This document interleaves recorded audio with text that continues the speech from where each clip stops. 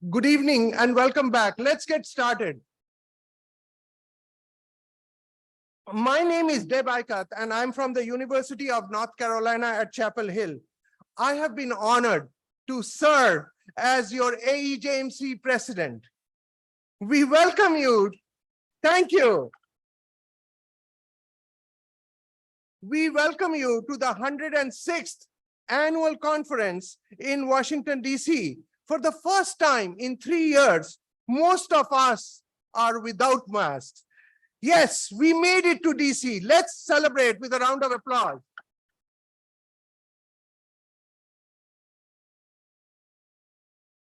I'm happy to report that AEJMC numbers are strong. By last count, we have more than 1,720 registrants, up 15% more than our AEJMC Detroit last year. And as you know, people keep registering. So by the end of Thursday, we might have increased numbers. Several of you at this conference are facing a trying time, choosing between two great sessions that meet at the same time, a problem that resonates with all of us. However, a group of students had the best observation. They said, we are having more fun than a Taylor Swift concert. And they added, the AEJMC experience costs far less. When I was elected as AEJMC Vice President in April 2020, some colleagues congratulated me. Others offered me condolences. Yes, we faced a difficult time in 2020 when the pandemic disrupted our libraries, labs, and our lives. Our AEJMC conference, as you know, in 2020 and 2021 met in remote mode. Now you know what we were missing.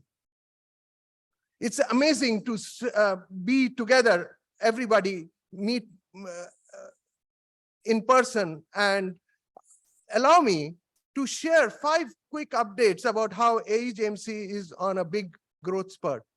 In October 2022, Amanda Caldwell, as you would remember, started as our permanent executive director. Under her leadership, the AEJMC Central Office has accomplished an amazing job. Let's have a round of applause for them. Really, we thought that our organization would collapse, and it did not. And believe it or not, our AEJMC Assistant Director, Felicia Brown, is celebrating 30 years in AEJMC and ASJMC.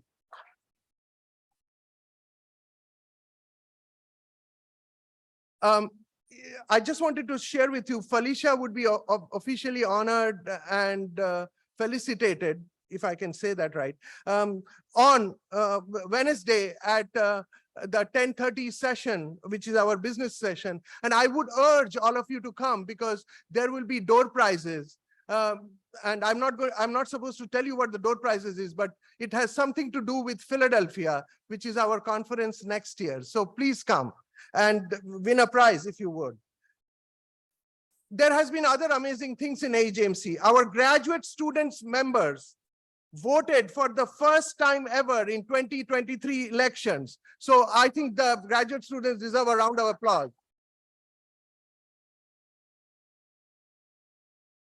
I don't see a lot of graduate students in our audience. Can you raise your hand? Okay, I think most of them are revising their papers for tomorrow.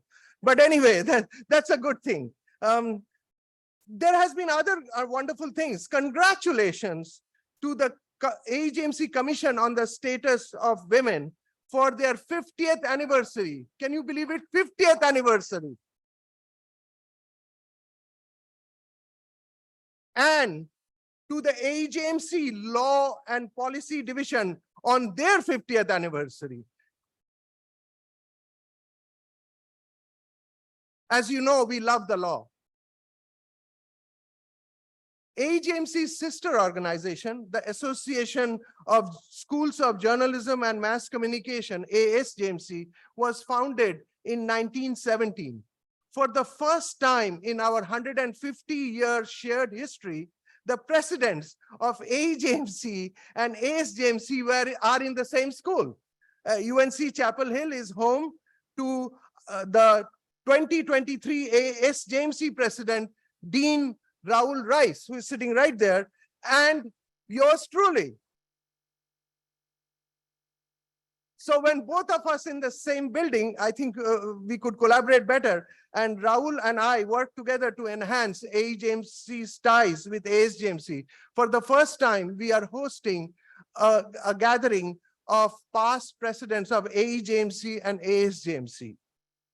With renewed vigor, we are engaging our members with 3 presidential initiatives.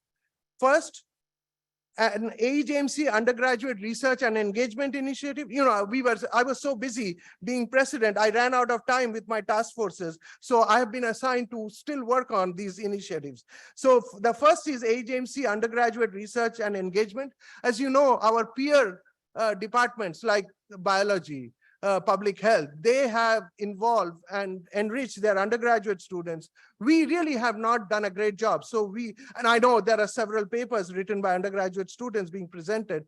We wanted to strengthen that undergraduate research and engagement. And then we also wanted to start the AEJMC Distinguished Fellows Program. We are working on a task force to do that, and AEJMC Legacy and Impact. I may call upon some of you to serve on that. We hope these presidential initiatives will enhance AEJMC's renown as a robust hub for scholarly work and for leadership in journalism education. For nearly 20 years, the Scripps Howard Foundation has founded several awards. And really, I looked even earlier, like when Doshman passed away, Doshman, the big scholar, he only lived for 45 years. He died at an early age, and Scripps Howard Foundation had funded a whole book in his honor. And while I'm talking about Scripps Howard Awards, I wanted to share with you a humble brag, if you would indulge with me.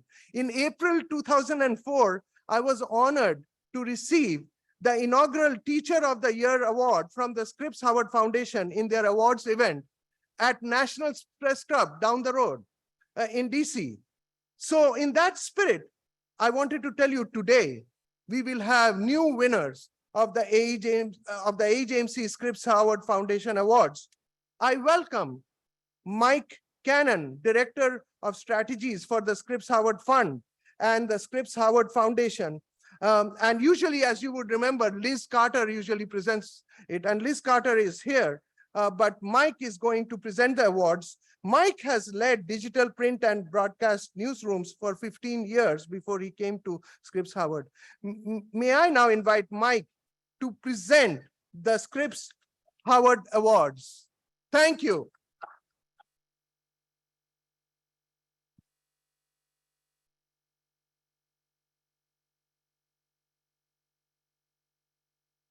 Good evening, and thank you, Deb. I appreciate it. It's great to be here tonight.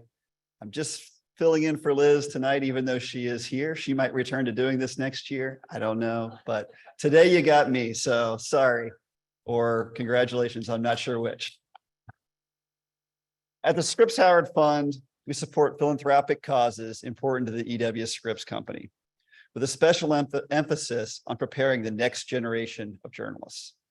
The fund is a leader in supporting journalism education, scholarships, internships, fellowships, minority recruitment and development, literacy, and First Amendment causes. Our programs support and develop journalists, and we're able to do so with help from our partners like AEJMC. Along with AEJMC, the Scripps Howard Fund is pleased to recognize this year's Administrator and Teacher of the Year. The recipients are helping to create innovative future journalists, bridging the classroom and the newsroom. These awards are part of our annual Scripps Howard Awards, which honor the nation's best journalism. Our 70th annual awards will air in October on Scripps News, the national news network owned by Scripps. It will give viewers a glimpse into the incredible journalism produced by our finalists, and hopefully remind the public of the power of journalism and the importance it brings to our communities. And I heard that it's also more fun than a Taylor Swift concert. Here's a small sample of what you might expect in October, if we can get it to play, hopefully. Oh, don't have the video. Skip that, no rolling tape. All right, but regardless, you'll be able to find a full list of the finalists at shawards.org in September. But tonight, we're here to honor this year's recipients of the Administrator and Teacher of the Year Award. These educators have helped light the way for tomorrow's journalism leaders. Let's start with the Scripps Howard Award for Administrator of the Year. David Kurpius, Dean at the Missouri School of Journalism.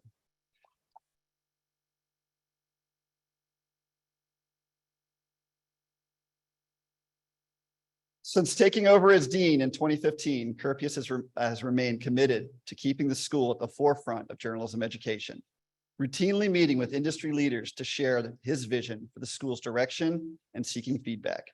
Kurpius is a champion of diversity, significantly increasing the hiring of underrepresented faculty and staff and helping the school earn the AEJMC Equity and Diversity Award in 2021. Kurpius raised more than $80 million to fund faculty fellowships and student scholarships, expand local journalism, and improve student experiences. He encourages students and faculty to develop new techniques to better serve audiences. An overhaul of the school's curriculum in concert with faculty resulted in the creation of new career path classes designed to serve the latest needs of news outlets and strategic communication organizations.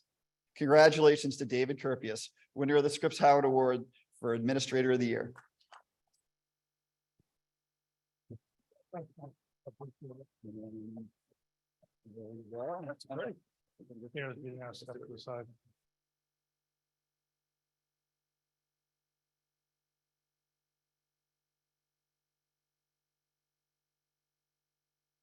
Thank you very much.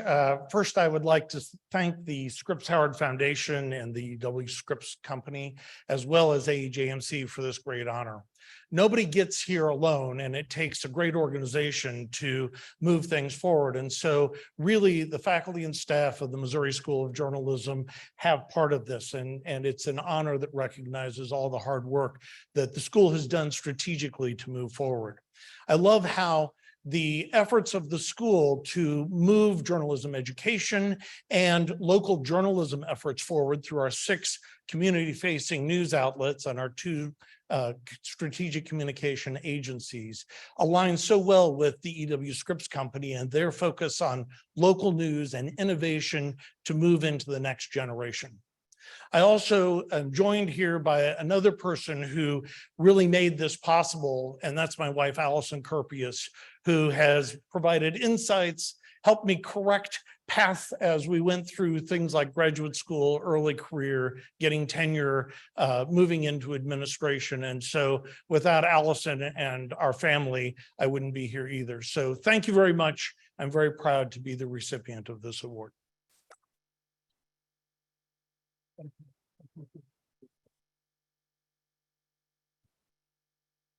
I'm also pleased to recognize this year's Scripps Howard Teacher of the Year. Dr. Rachel Young is an associate professor and director of undergraduate studies in the School of Journalism and Mass Communications at the University of Iowa, where she helped revamp the school's curriculum to include more experiential learning opportunities and inclusive teaching practices. Her strategic communication courses connect media concepts and skills to real-world issues through community engagement.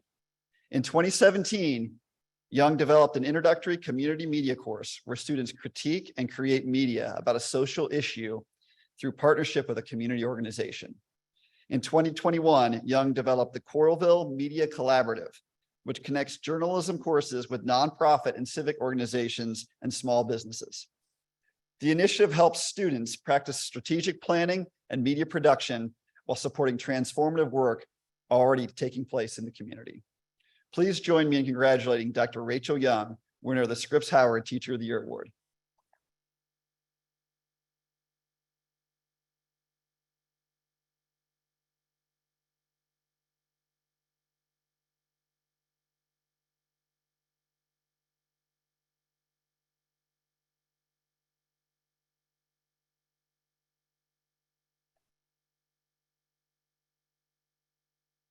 Thank you very much to the Scripps Howard Foundation for this amazing award. It's incredibly humbling. I want to thank my community at Iowa. I try to center community in everything that I do. I think that without the colleagues that I have there and their support for new initiatives, new ideas, none of the work that we do would be possible. I also want to thank the community partners who trusted us with their stories and their work over the years. Again, without the value that they see in partnership with higher education, there would not really be much that I'd be able to accomplish in that way. I think that our values are really under threat in a lot of the states where we work. And one of the ways in which we can build solidarity is to show the community organizations and in the towns and cities where we work, the value of what we do, and to involve them as intricately and authentically as possible in that work. So I hope to continue to do that. And I think my parents are watching on the live stream. They're both teachers.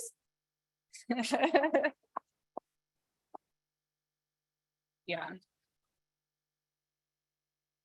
And when I learned how to center community and teaching as a vocation, it was absolutely through the work that they did in public schools and in higher education. So thank you very much.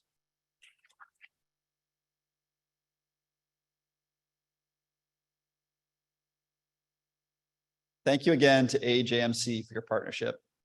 We look forward to introducing you to all of this year's Scripps Howard Award winners and finalists on October 22nd on Scripps News. Thank you again.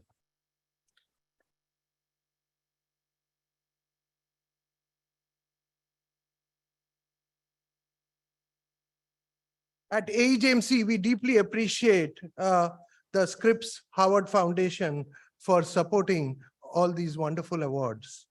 It is now my distinct pleasure to present the AEJMC Equity and Diversity Award, which, as you know, is very highly competitive. And this year's winner is the Department of Journalism and Strategic Media, the University of Memphis. And if I recognize things right, David Arendt is going to receive the award. David is one of our PhD graduates at UNC Chapel Hill. David, congratulations.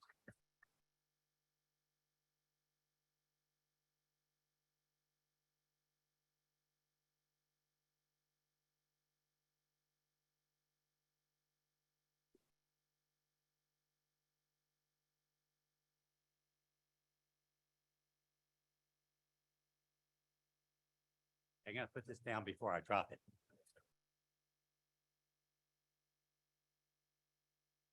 This is an honor for our department to have the committee recognize our diversity and equity efforts.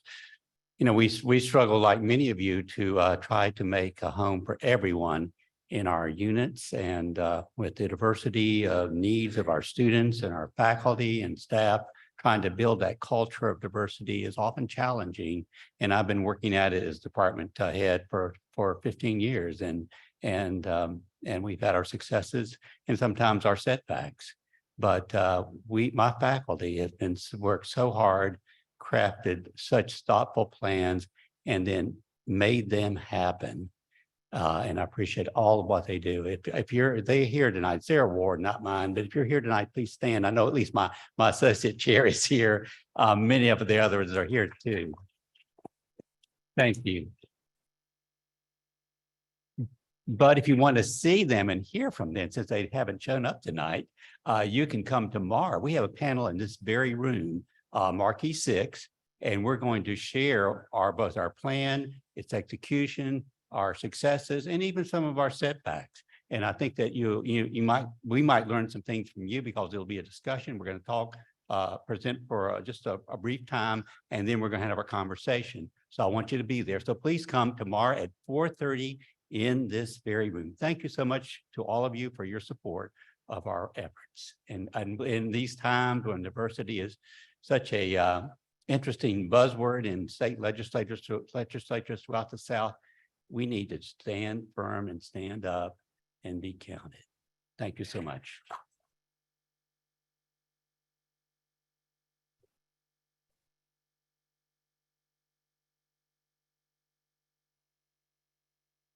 I wanted to once again congratulate all the award winners.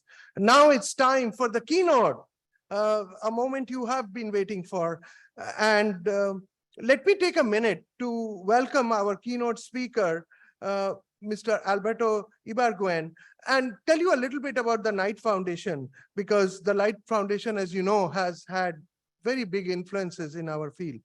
As you know, the Knight Foundation was established in 1950 by John S. and James L. Knight, the two brothers who led one of America's largest and most successful 20th century newspaper companies. As the Knight Foundation's president since 2005, Alberto led the transformation of the Knight brothers' legacy for a new era, investing over $2.3 billion to support informed, engaged, and inclusive communities through journalism, arts, development, and research. One of the signature achievements of President John F. Kennedy, as you would recall, was creating in the 1960s a Peace Corps, a new agency and a new opportunity for Americans to serve their country and their world. So I wanted to share with you in that context some fun facts about Alberto. In 1966, and when he mentioned the year, he said, now you know how old I am. But I think he is one of our youngest innovators in our field, and I'll tell you why in a minute. In 1966, Alberto was an early volunteer of the Peace Corps. He served in Venezuela's Amazon Federal Territory, otherwise known as the jungle, not yet a state, but now, as you know, it's become a state, and it's part of other things that goes on. During his time at Wesleyan University in Connecticut, Alberto was deeply affected by Professor Nathaniel Green's tutorial on the Spanish Civil War. In many ways, Alberto has been a lifelong fan of the arts, serving on numerous boards, including Merce Cunningham. Alberto loves modern dance. The relevance of local news resonates with all of us. We appreciate Alberto's lifelong commitment to local news from his days at the Hartford Courant, Newsday in New York, and as the publisher of the Miami Herald and the El Nuevo Herald. During his tenure, the Miami Herald won 3 Pulitzer Prizes, all for local news, and the El Nuevo Herald won Spain's Ortega Gasset Prize for excellence in journalism, and again, local news. Alberto announced on March 24th his decision to retire. His retirement will begin when the Knight Foundation's Board of Trustees appoints a successor, but that hasn't happened yet. So Alberto is here to speak with you. And in many ways, AEJMC took that opportunity to have a joyous celebration right here in Washington, D.C. of Alberto's stellar contributions, his powerful legacy, and his caring leadership. I met with Alberto like a month ago, and he said, Deb, you know how much I dislike all of these celebrations. But we persisted, and we were planning his speech. But then Alberto, was so enthusiastic about the topic, which I'm going to share in a minute, that he started really sharing his speech. And so what happened was I got thrown off the meeting because they said that you should not be here. And so today what you are going to hear has not been seen before. So without much ado, I wanted to share with you, as you know, that Alberto's speech is going to cover local news, a train crash waiting to happen, and how to avoid it. His keynote address will be followed by an interactive discussion. And he just told me an hour ago that he cut down his speech by 10 minutes or more so that he could engage with you. So I hope you live to that. And I have my own set of questions, but I would really like all of you to come up with your questions. And I think we have microphones in the aisle where we can do that. And we wanted to discuss local news or anything else that you wanted to talk about. Would you please join me in welcoming Mr. Alberto Ibargüen, President and CEO of Knight Foundation, to deliver the AEJMC keynote.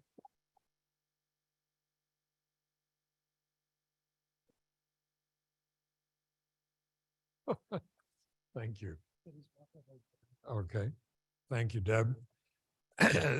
I think that's got to be the first time I've ever been introduced as a fan of Merce Cunningham's and as a student of the Spanish Civil War to talk about local news. But thank you very, very much. It is true that I love modern dance, and one of the things that's been fantastic at Knight Foundation is the ability to support the arts in communities and to support the increasing use of a new tool in the arts, digital media, that I think is going to make a tremendous difference. So thanks to you, Deb, and thanks to AEJMC for honoring me tonight, inviting me here. I do look forward to the discussion. There are some thoughts I'd really like to share first, but I want to say that I feel particularly privileged to be here with my friend Dave Ikat, who is one of the deans in the Carnegie Knight initiative, and also with Rachel Young and the University of Memphis. I'm also proud to point out that there are Knight endowed chairs in the room. There are 26 Knight Foundation endowed chairs, and I'm pleased that a number of them are here tonight, as well as the Carnegie Knight deans. It's a group of 14 deans that almost 20 years, more than 20 years ago, started to get together under the auspices of the Carnegie Corporation and Knight Foundation to try to improve the quality of journalism education. And finally, I want to point out that Jim Brady, our Vice President of Journalism, who so ably leads our journalism program, is also here. I want to share a few thoughts about the need for an independent and sustainable press, the critical role of journalism educators, and what will happen if we don't inform ourselves at the local geographic base of our democracy. And as a former and very practical newspaper publisher, I want to talk about how to avoid the train crash that I see coming if we don't. One way to avoid that train crash is by educating a generation of American journalists who are committed to full and accurate stories, who understand that independence comes from a sustainable business model, and who seek to inform and engage on the digital platforms that people simply prefer. Focusing and training on local news that readers can recognize intuitively as reflective of their town, their circumstances, their communities is absolutely critical. Throughout most of the 20th century, Jack and Jim Knight built and ran one of the most successful newspaper companies in America. They built a profitable business that supported great journalism and were early and smart adapters of new technology. Knight newspapers thrived because they were committed to their communities and because they were committed to independent journalism. Jack Knight also recognized that we elect people by geography, by geographically determined districts, whether commissioners or mayors or congresspeople, the districts are all drawn by geography. That geography used to be roughly the same as the circulation area of a newspaper or perhaps the reach of a local television signal. But now we've decoupled the way we inform ourselves from the geography of the communities where we live and elect people. Internet favors scale. It has bettered the world, of course, and holds incalculable promise, but it is disturbingly difficult to bend to the information needs of the geographic structure of this democracy. As digital has changed the media landscape, it has also focused our attention and the work of journalists away from local and regional issues. And with tens of thousands fewer reporters, the base of democracy can only erode. And as long as the basic work is not being done, if the reporters are not there doing the work, we will continue electing people we don't know to do things we'll never hear about. In a democracy, that's a train crash begging to happen. You need a current example, just look to Long Island, which last year elected to Congress a man who lied about his education, his career, his religion, his mother's death. A local paper raised the questions about the candidacy, but didn't have the resources to go further. We wouldn't even be talking about this if the New York Times had not done their own investigation and reported it. And if you think George Santos is an aberration, you're just not paying attention to news deserts throughout the entire nation. When the framers first amended the Constitution, they ultimately started with the Bill of Rights and with the protection of a free press alongside the cherished freedoms of religion and freedom of speech. They did so with purpose, recognizing the vital role in a democracy of an informed public. If we're not reaching the public, with the independent information they need, we're not living up to that promise. And by the public, I mean the entire community, reflecting their interests and information needs. This understanding was, I thought, thoroughly and thoughtfully explored by New York Times publisher A.G. Sulzberger in his recent Columbia Journalism Review essay. Sulzberger wrote, "The core value that makes our work essential to democratic society, the value that answers the question of why we're deserving of the public trust and the special protections afforded the press, is the increasingly contested journalistic commitment to follow facts wherever they lead." Our journalism work at night is grounded in a long-standing commitment to that kind of vision of independent journalism. When Jim and Jack Knight started Knight Foundation, they determined it should do what their newspapers had done, support independent journalism and inform communities. But they left it to their successors to determine, their successor trustees, to determine how best to do that at the foundation, to evolve the program just exactly as the Knights had evolved their business during the 20th century. For many years, we supported journalism education in a traditional way, mostly through endowed chairs and programs in journalism at universities around the country. And it was actually not at Knight, but Vartan Gregorian at Carnegie Foundation, the polymath president of Carnegie, who recognized around the turn of the 21st century that journalism was in deep trouble. He first actually proposed that philanthropy simply get together a couple $1 billion and buy all of the newspapers in America and hold them until we figured out what to do. Somehow that didn't quite work, but that was his original plan. When he didn't get too many takers, he decided that Carnegie and Knight, from their separate perspectives, academic and journalistic, should join together to help transform journalism education. In 2005, under the leadership of Eric Newton at Knight and Susan King at Carnegie, who are both here tonight, the Carnegie Knight Initiative was born. It focused on teaching the modern practice of journalism in an increasingly digital world. And together, they help modernize curricula, fund positions, insist that universities take them seriously through national searches, tenured roles, and research funding. That Carnegie Knight Initiative was meeting here last night and today. And especially easy since I'm leaving and it'll be somebody else's responsibility. I think Knight Foundation ought to continue funding this thing. that's just a side advice for whoever it is that is going to get this wonderful job. But it is really extraordinary that it is still going and still going strong, and in many ways better than ever.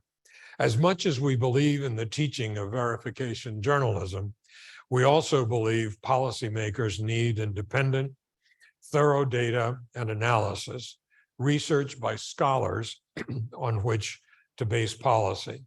Over the past 5 years, we have committed more than $90 million to research at more than 60 institutions, including most recently, there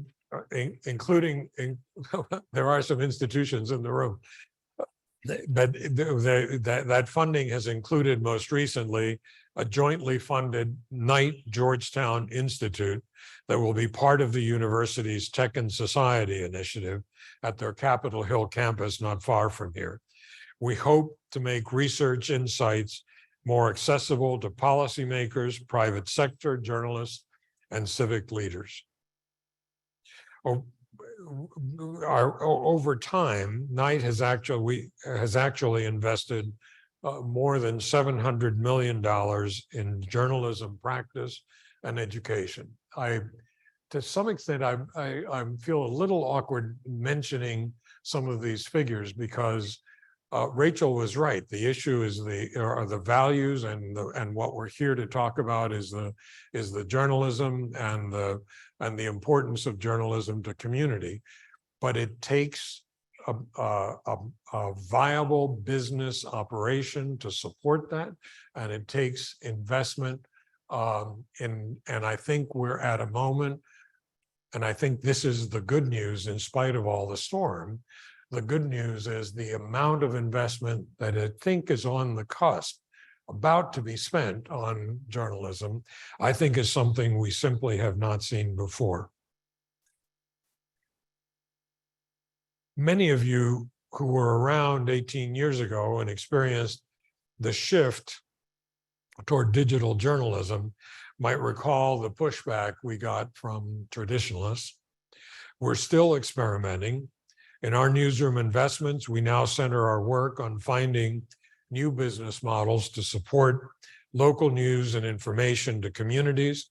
And some of those experiments are showing tremendous promise. One of them is the American Journalism Project. I imagine many of you have heard of it. It's something that Knight is very proud to have funded from the beginning. AJP has raised some $150 million and helped stand up or support almost 40 news organizations around the country and growing. AJP is also experimenting with OpenAI, as is the Associated Press. And I was fascinated to hear this afternoon or this morning about AI developments and experiments at the journalism schools at Northwestern, at Syracuse, at Howard, and others. And that's what we should be doing, engaging with the tools that technology has given us. On a different kind of success, in just over 10 years, the Texas Tribune has gone from experiment to sustainable business, and it has become a critical source covering Texas politics. In Chicago, the merger of the public media, Chicago Public Media, and the Chicago Sun-Times is a different example of what might possibly be replicable models for sustainable local news. There are dozens of other organizations popping up around the country, joining local news pioneers, like some you may have heard of and seen and read, like the Voice of San Diego, MidPost, the New Haven Independent, which have each been serving their communities for more than 20 years. The newer players are everywhere, from Fort Worth to Baltimore, St. Paul to Santa Cruz. Most of the publications I've mentioned are not for profit, but they're also promising for-profit experiments in local news. Axios Local covers 30 cities. The Daily Memphian, launched in 2018, is now a digital not-for-profit publication. Hearst, Lee, and many family-owned and community news organizations continue to serve hundreds of US cities and towns. University journalism is a great example of the value of local news. As the former editor, and actually, Deb, if you found out who my favorite professor was, I'm surprised you didn't say that I was editor of my college paper, the Wesleyan Argus, which I'm sure all of you read online. But as a former college newspaper editor, I really do take great pride when I see the Daily Northwestern reporting on hazing in the school's Big Ten football team, the reporting that led to the firing of the head coach. Or in California, Stanford's president announcing he would resign and that he would retract or issue significant corrections to 5 scientific papers, all in the wake of months of coverage in the Stanford Daily. These are great reminders of what committed, supported local journalists who know their community, in this case, universities, and have the time and resources to develop sources can accomplish. Richard Watts at the University of Vermont is tracking university journalism projects through the Center for Community News. I hope many of you are well aware of that. We support them. He has identified 120 programs where student reporting under the supervision of faculty and professional editors are contributing to local news coverage published in over 1,200 media outlets in 2022. The Columbia Missourian is another great example. It is, as I'm sure you know, is not the school paper, it's the local paper, and it is really an extraordinary one. These aren't always easy partnerships. Universities, local papers, and public broadcasting partners, not to mention foundations, all have different ways of operating and different incentives. But we're convinced that these partnerships are worth exploring and plan to keep supporting their evolution. Academic professional collaborations are an important way colleges and universities can help avoid that train crash. Also, about ready to announce, this is not an announcement, so just take it as a casual comment, but I think a major new development in avoiding that train crash is going to be something called Press Forward. In case anybody in the room is nervous because of what I might say ahead of time, because the announcement is in September, I want you to know I called John Palfrey at MacArthur Foundation and got his permission to talk about it. And it's simply this: Knighton is very proud to follow John and MacArthur and join with what will probably be a dozen foundations, many of which have never funded journalism before, and the effort is going to be to invest in journalism, to increase the support of sustainable, local, independent journalism that reaches and engages all parts of communities in our diverse and pluralistic society. The details are being worked out.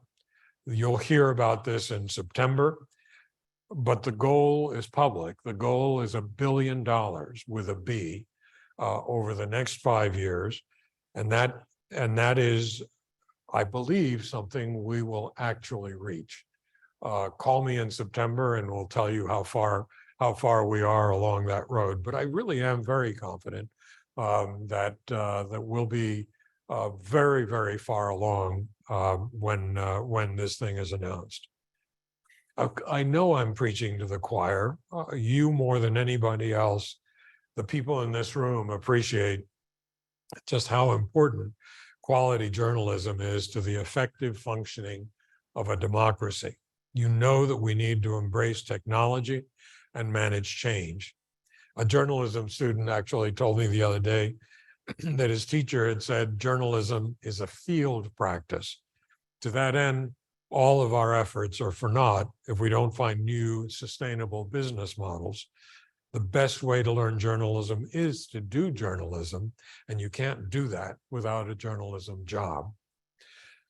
As difficult as times seem, I really do want you to take away, and again, I apologize for for bringing up so many subjects of money, but I want you to take away a sense that there has never been more philanthropic interest in journalism or in the willingness of philanthropies to collaborate, to inform communities, and never been a time when what you do matters more to our society and our democracy.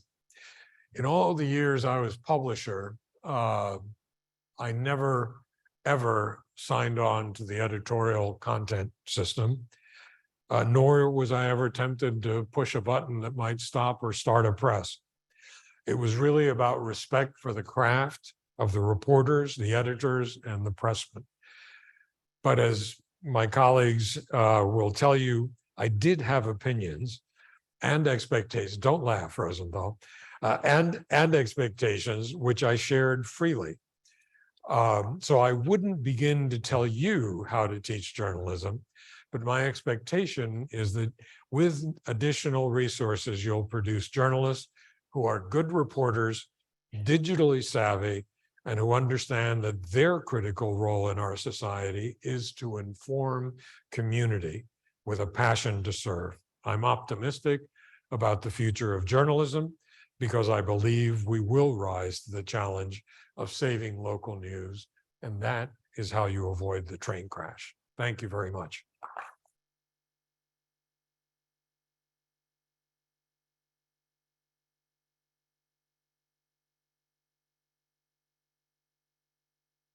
We go here. Thank you.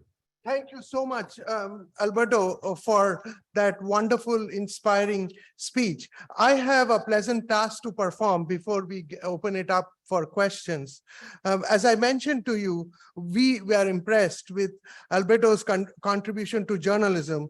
So it is my honor to award the 2023 Presidential Award to Alberto in recognition of his stellar contributions, his powerful legacy, and his caring leadership of our field.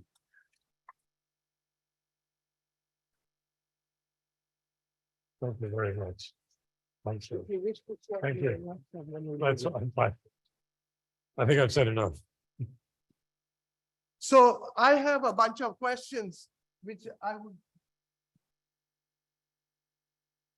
Which seat are you taking? Okay. If you could sit. Okay.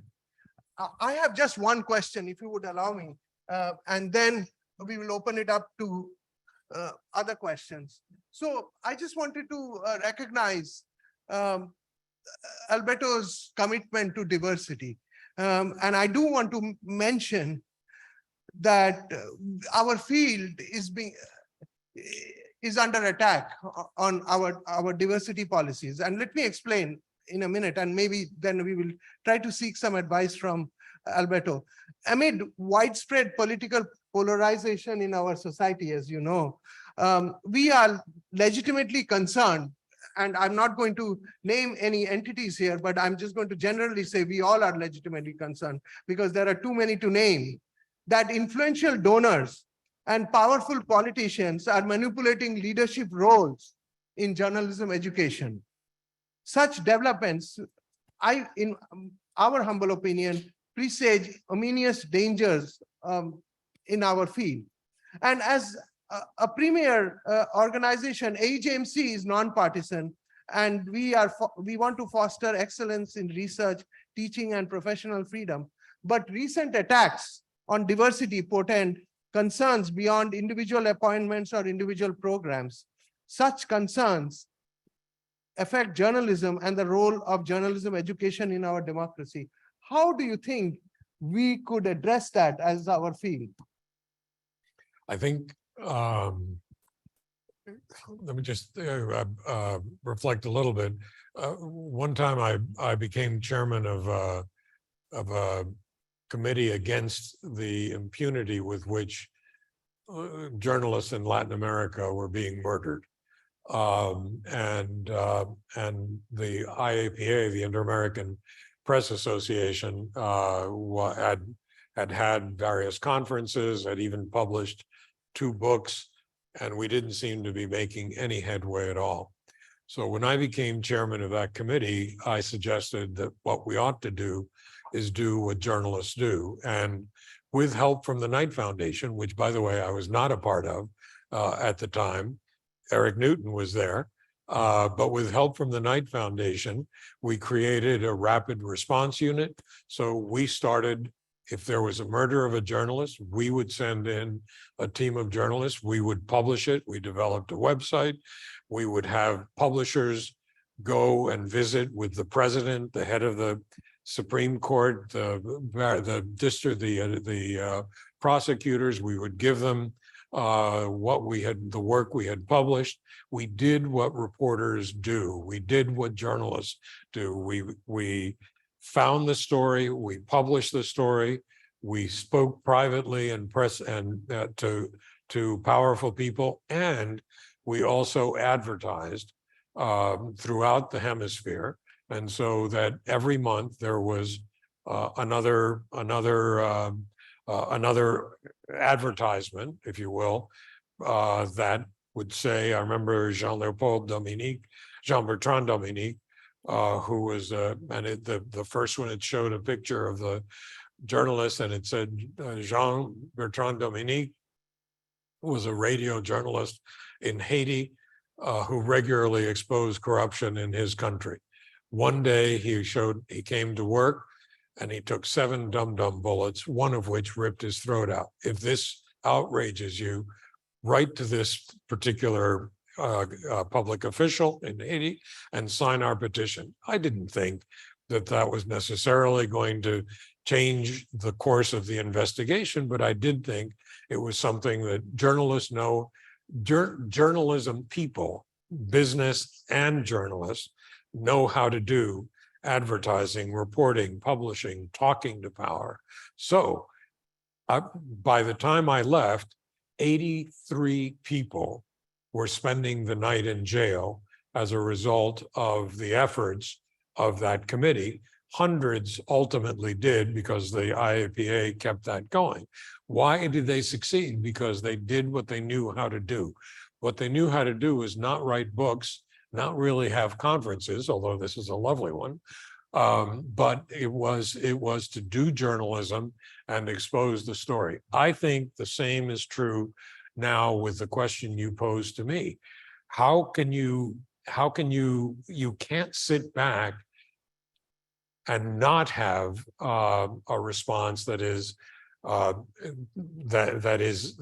think that is going, the most effective response I think we can have is to do journalism, to expose what is happening, to not go along with it, to make sure that the public is actually informed.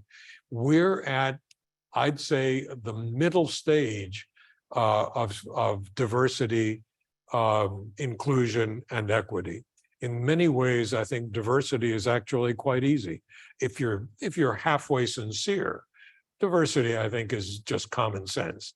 How in the world would you not try to have a diverse newsroom or a diverse faculty or a diverse student body if what you're trying to do is to actually portray what the life of a community?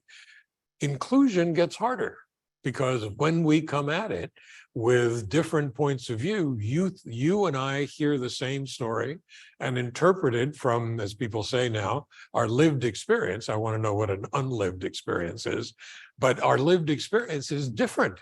And so we bring different interpret. So that's the place, it seems to me, where we are now. But if we don't have both diversity and inclusion, we'll never get to equity, and that is of course the goal. I think we have this is obviously complicated by the weakness of an independent press, the weakness compared to what it was 20 or maybe 30 years ago. I think it's complicated by the opportunity for people to misuse. I will just say that misuse and engage in mis and disinformation, sometimes willfully, sometimes as in the case of misinformation, I guess disinformation. But I think these are simply challenges that we need to respond to with the journalism that we know how to do. There are deans in this room who are expert at figuring out university politics, and I certainly wouldn't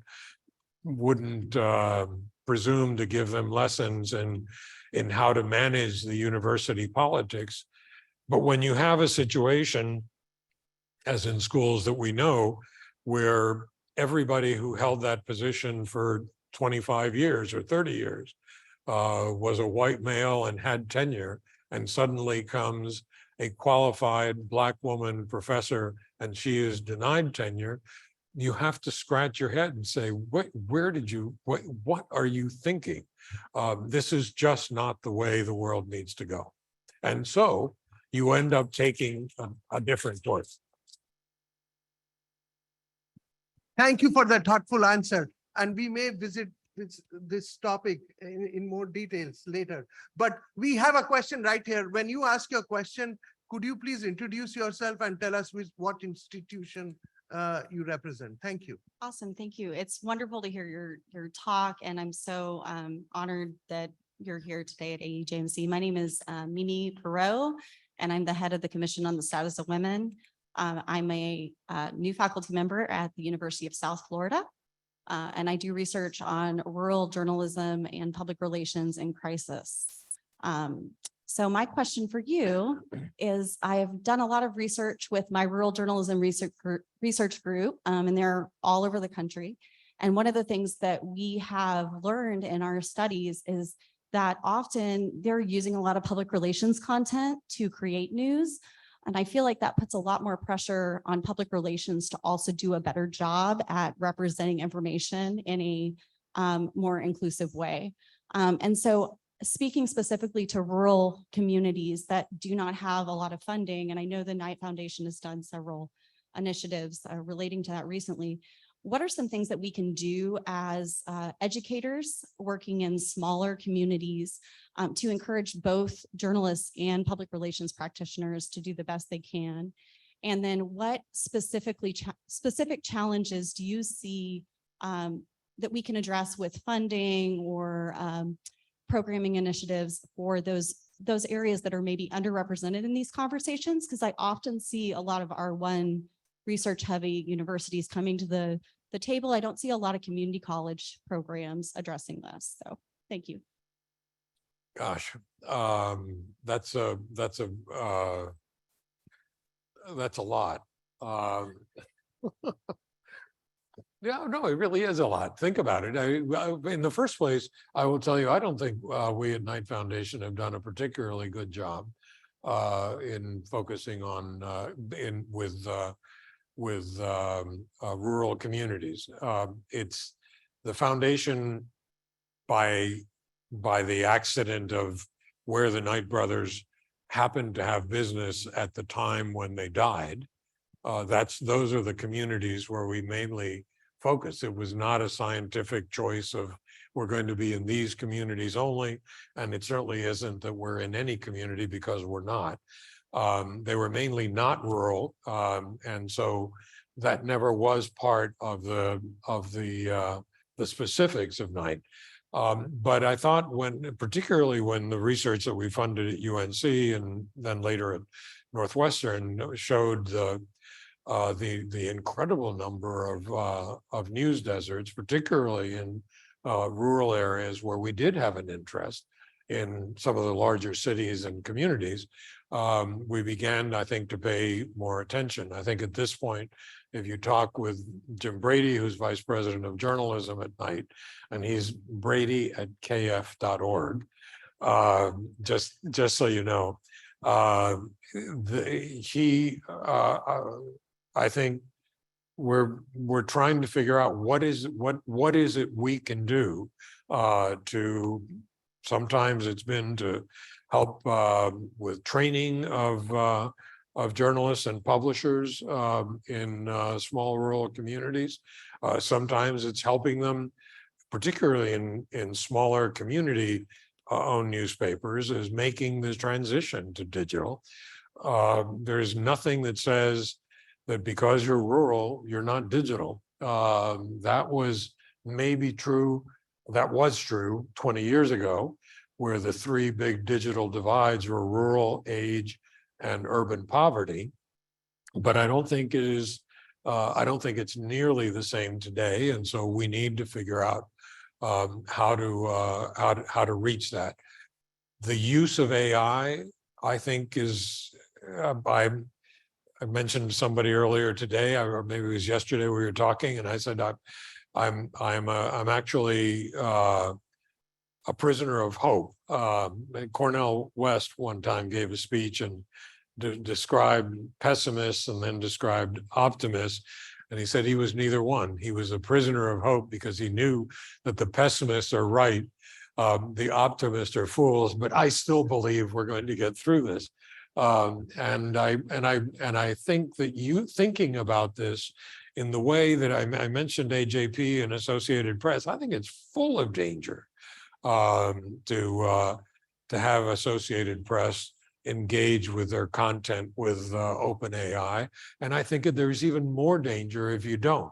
And one of the ways that one of the places that might be the greatest beneficiary one of the types of places are rural communities where the resources really are slim, and you use them as supplement, or you use them as additions, or you use it as a tool, not as something that supplants, but as something that supplements. So I think funding that kind of program, I think, is of interest to us. I also think there's a role for universities. We've had a great relation with, for example, with Mercer University in Macon, Georgia.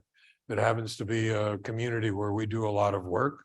I have great, even when some of the projects have not worked, I have just great confidence that ultimately we're going to find the right kind of relationship between professional journalists, print and digital and broadcast, and the university and their journalism school. It's not easy. As I said in the speech, they have different incentives.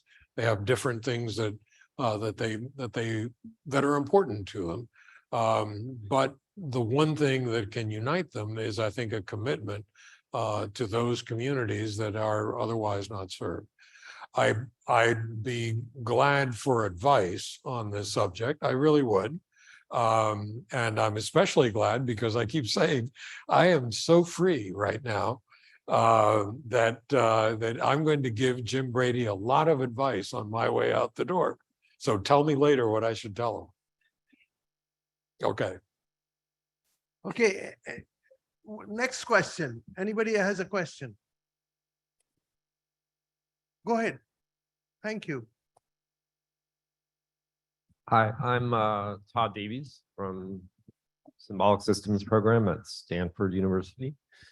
I'm happy to say that the editor-in-chief of the Stanford Daily, Sam Catania, is one of our students, and he presided over that set of articles by Theo Baker that have forced the president of our university to resign. The question I have is about something hearkening, I think, to Professor Ikat's earlier question about donors and philanthropy. And it's the question of, in your perch, what do you think philanthropists and people who are funding journalism expect in return for their support? I can imagine a model in which there would be a kind of a real firewall where journalists would be kind of unaware of where the funding is coming from, and there would be a norm of non-influence. But that might not be attractive to funders. So I'm interested really in what you see as, among the philanthropists who are interested in supporting this, how much stake do they think they have in the particulars of what gets reported? I think that's a great question, and actually a difficult question. I'll say a couple of different things.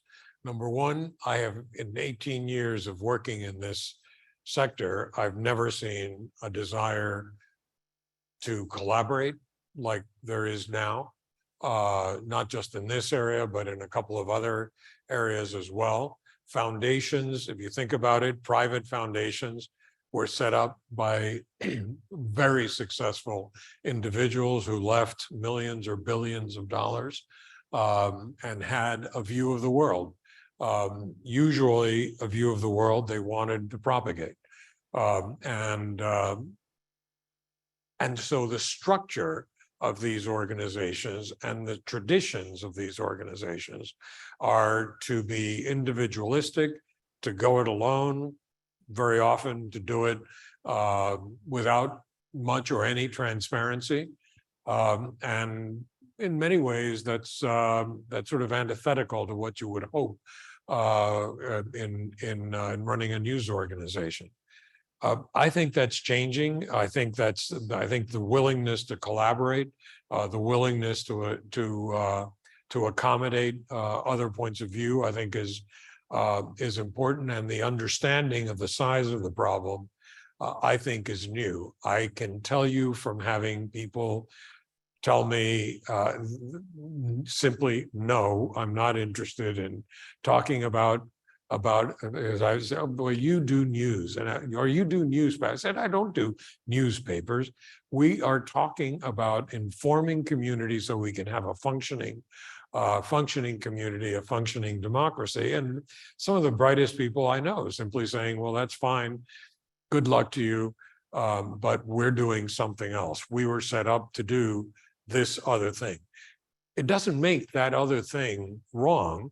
But as I kept telling people, whatever your priority is, your second priority needs to be journalism, because your community needs to know. If you're running a community foundation, somebody comes in and says the lake is polluted, I want to set up a donor advised fund to clean up the lake. The first question you ought to ask is, how'd you know? How'd you find out? Where'd you read about it? Where did you hear about it? Where did you see this? And then you end up going through the process and you clean up the lake. That's the easy part. Then you've got to keep the lake clean. And how the hell do you do that if you don't inform people as to why that lake, and regularly have stories about why that lake is should remain clean? So I feel we've made some real headway with philanthropy, but in terms of recognition of the importance of journalism and the importance of getting information in the hands of community. So you've got a very individualistic tradition that is sometimes even willful, and then you've got a growing interest in journalism.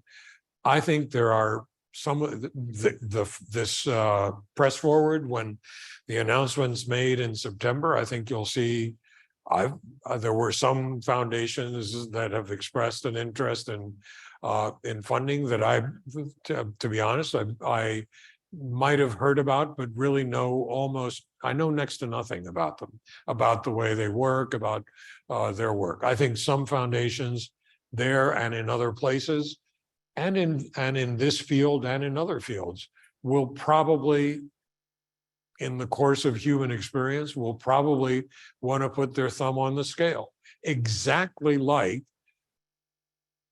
any big advertiser. Some big advertisers used to try to do back in the day when newspapers had significant economic power, or television stations. I don't know that much about the television stations. I know a lot I have 25 years of experience of taking calls from advertisers who said, I did not like that story. And my question was it accurate? Did we get the story right? You should not have written that. I didn't ask that. It wasn't a should or maybe, or it was the story right? We had, you know why I could do that? Because we had, at Newsday, at the Hartford Courant, and at the Miami Herald, we had a broad base of business support that was committed to the independence of the newsroom. And when the only argument I ever had with Tony Marrow, actually, who was the editor of Newsday, was when the Senate of the United States subpoenaed us to tell them our source on the Anita Hill story, because we broke it in print at the same time as Nina Totenberg broke it on NPR. To be honest, we had it in the Bulldog edition on Saturday night, but who's counting? But the both NPR and Newsday were subpoenaed. Tim Phelps for Newsday and Nina for NPR. And I wanted, I was executive vice president of Newsday then, I wanted to go and be the person to say, no, we won't tell you the source. First of all, I didn't know it. And second of all, if I did know it, I wouldn't tell you. And Tony felt he should go as the editor. And I said, no, I should go as the business side, because that says we're willing to bet the ranch. You can't have that unless you have somebody who is steeped in the tradition of the independence of that kind of journalism. We'll get there. But I think you're highlighting what I think will be an issue. I think some foundations see journalism as a way of putting forward a point of view. It may be a point of view I agree with, but it isn't journalism. And I think we simply need to be clear-eyed and honest with each other and frank that this can happen, and resist it when it does.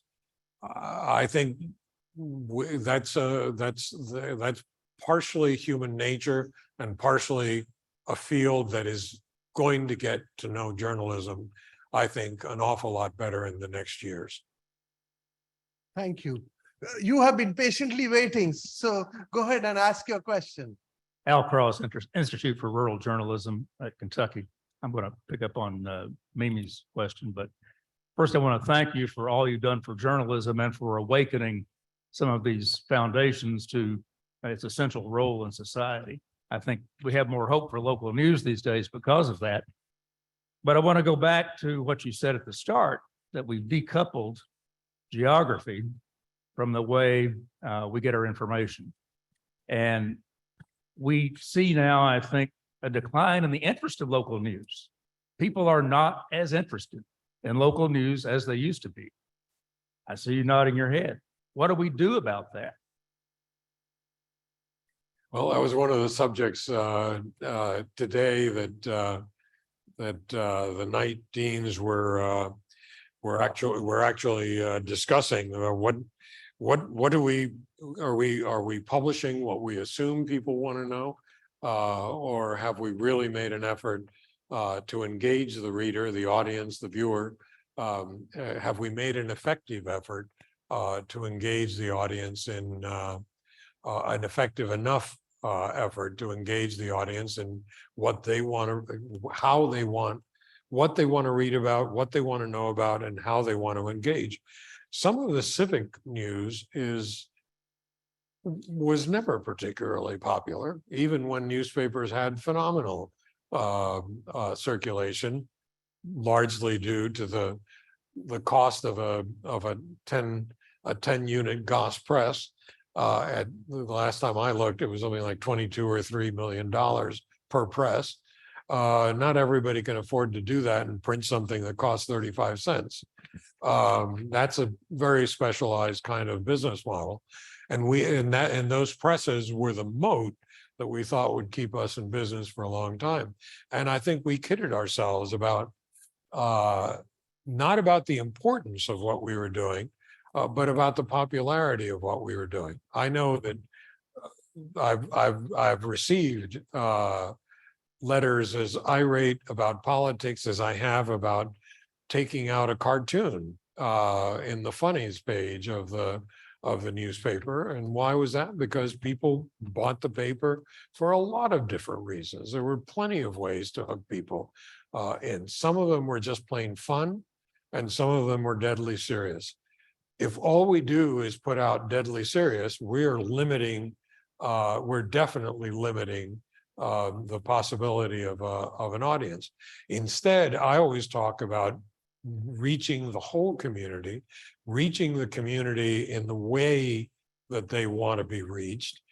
And if I have to do TikTok and I've signed up 3 times and signed off 3 times, it just isn't me. But if I have to do it, I'll do it. We got to figure it out. We've got to go where that audience is and how that audience wants to be informed.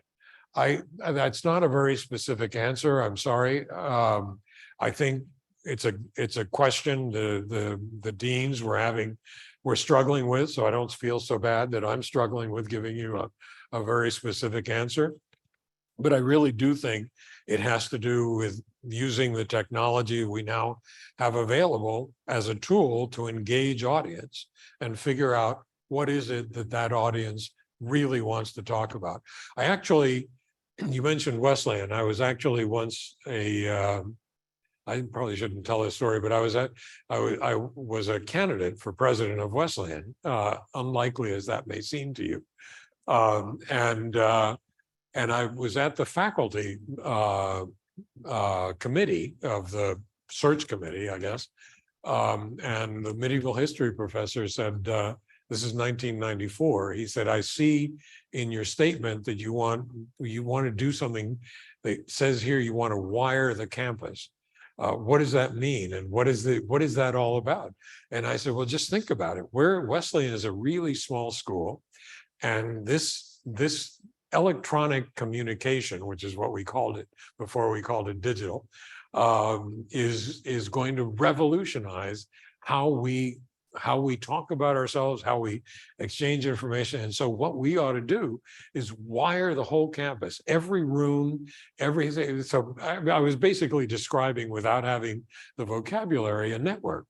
And I said, and then we beam our classes to Tokyo and we become Wesleyan, the American university, before the big brands like Berkeley and Harvard and Oxford come and take over the business. Well, that went over like a lead balloon, comparing the faculty to a business. And then I said, and then there's this thing called a CD-ROM. It's a brand new thing. And on this disc, and I'd seen it, I'd already seen it done with Robert Wilson's plays. And so I've got you in the upper right-hand corner of the monitor, and you're giving your lecture on the Battle of Hastings. There was a medieval history professor, I think I told you, Battle of Hastings, 1066, and you mentioned the plains of Hastings, and the kid goes click and puts you on hold and checks out video. I didn't imagine streaming, but checks out video of the plains of Hastings on this same disk. It's incredible. And so then he goes back and you talk about armaments and the click, and the kid checks out longbows and crossbows and maces and click back to you. And you mentioned documents and click, and the kid reads the Magna Carta right on the same CD-ROM. And he says, well, that's fine, but at the end of the year, you've got all my lectures on your CD-ROM, and what do you need me for? And I said, well, then I need you to have an entirely different relationship with that kid, because that kid's going to come in to talk about it, not to sit and listen to your lecture. And I think that's the tool that we've been given, is the one that allows us that possibility to have that conversation. I know that his response was to do a big X on my name on the candidate ballot, but I think I was still right. And you are better for it. So you have been waiting patiently. Go ahead and ask your question. My name is Paula Poindexter. I'm at the University of Texas at Austin. My colleague is Rosenthal Alvis. I have to mention that because everybody knows Rosenthal. When I was president of AEJMC, the 2013-2014 president, one of my most important initiatives that I started was News Engagement Day. And this afternoon, we had a wonderful celebration of 10 years of News Engagement Day. News Engagement Day has been the kind of activity and event that has spread across universities, in this country and also in countries, around the world. News Engagement Day, the idea behind it was to reach the next generation, and started with millennials in a book that I published about millennials news and social media's news engagement, a thing of the past. And I'm not here to promote all of my things, but I am getting to a point. And so we looked at the next generation. We've been trying to reach out, and now there's another generation. This is Gen Z, which I'm sure you know. So my question to you is, in looking at and listening to and taking lots of notes about your plan to revitalize local news, there is a missing essential link that I did not hear. And so my question to you is, what are you going to do about it? And that is talking about the up and coming generation, because we always have up and coming generations. The newspaper industry once supported newspaper and education programs, NIE, and there was support across the industry. And once, after the 2008 recession and essentially digital and loss of advertising, and the story, that the newspaper industry cut back. And so if you are not developing, cultivating a future reader, why do you think that all of these other things are going to work? Because you still have to put in the work to cultivate your future reader who is going to revitalize local news and so on. So what are you going to do? That's my question. And So what are you going to do about it, Buster? Yes, thank you. Well, first of all, if you're a friend of Rosenthal's, you're a friend of mine. And I'll start there. I don't think that maybe I didn't mention Gen Z. I did not mention Gen Z. You did not mention Gen Z. I just want to. No, I didn't. I also didn't mention baby boomers, and I didn't mention old people like myself, or anybody else. But by age group, my sense is that the kinds of things that we're interested in funding at night are not programs that we've decided in the office we're going to back, but programs that we find that you've come up with that actually work and that actually have outcomes. This is a conversation Rosenthal and I have had many times. I am delighted to know that you think you taught somebody something, but what I want to know is, what did that person you taught go out and do when that person went into the community and changed the world because that community was better informed? I'm actually open to the idea of programs that might specifically target slices of the community or slight demographic parts of the community, but the way that I tend to think about it really is not what are we going to do to reach that particular part of the community, whether it's racial, gender, age, but rather what are the programs that are available to us to fund. So if you have ideas, the answer is brady@kf.org. Yeah, well, actually what I wanted you to tell us that essential part that is missing from your vision, that what you're going to do, what your intention is, and just so that you know that when you talk about the upcoming generations, that you include all of those other groups that you just mentioned. And so the newspaper industry's NIE programs were very, very, very successful. So we know that they were successful, and then they abruptly stopped. But that doesn't mean that there's not a need to reach future generations as they come along. So that's really what I'm just trying to see what. But I'm not going to say what you want me to say, because I don't feel that I'm excluding. Okay. I don't feel that I'm excluding either that group or an older group or a middle group or a female group or a male group or a racial group or anything else. It seems to me that what we do as a funder is listen to the people who are actually going to do the work, who are actually going to do the teaching, who are actually going to do the running of the news organization, and support the ideas that are presented. Are we open to ideas that would revive, that would do that sort of program? Yeah, of course we'd be open. And maybe I should have mentioned that maybe I should have mentioned a litany of projects that we have done that deal with particular slices.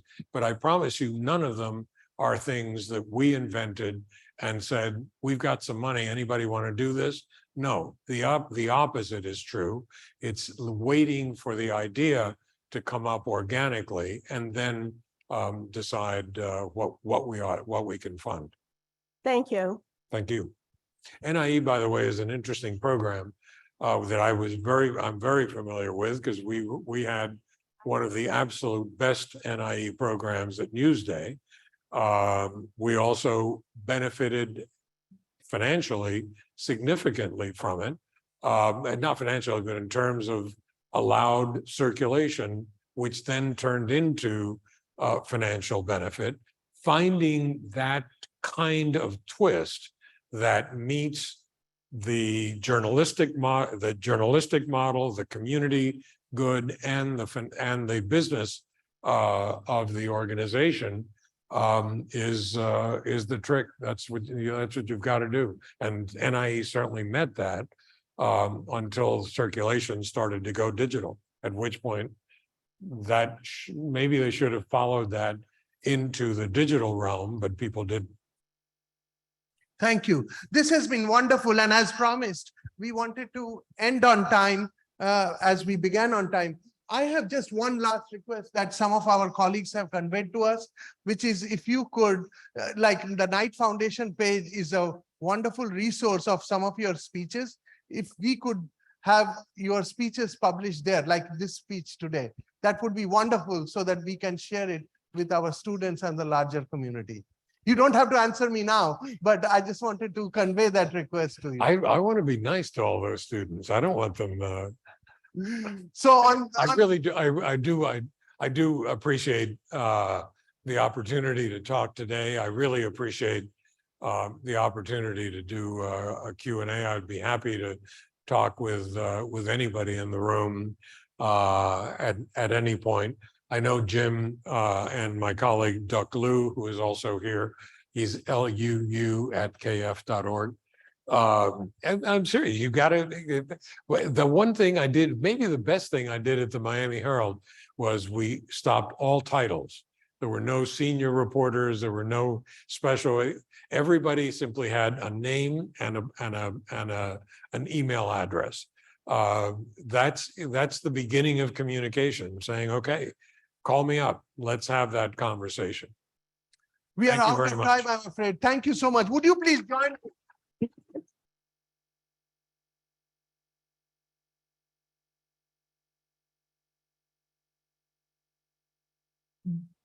This has been a long day, but I wanted to invite you to a nice meal outside.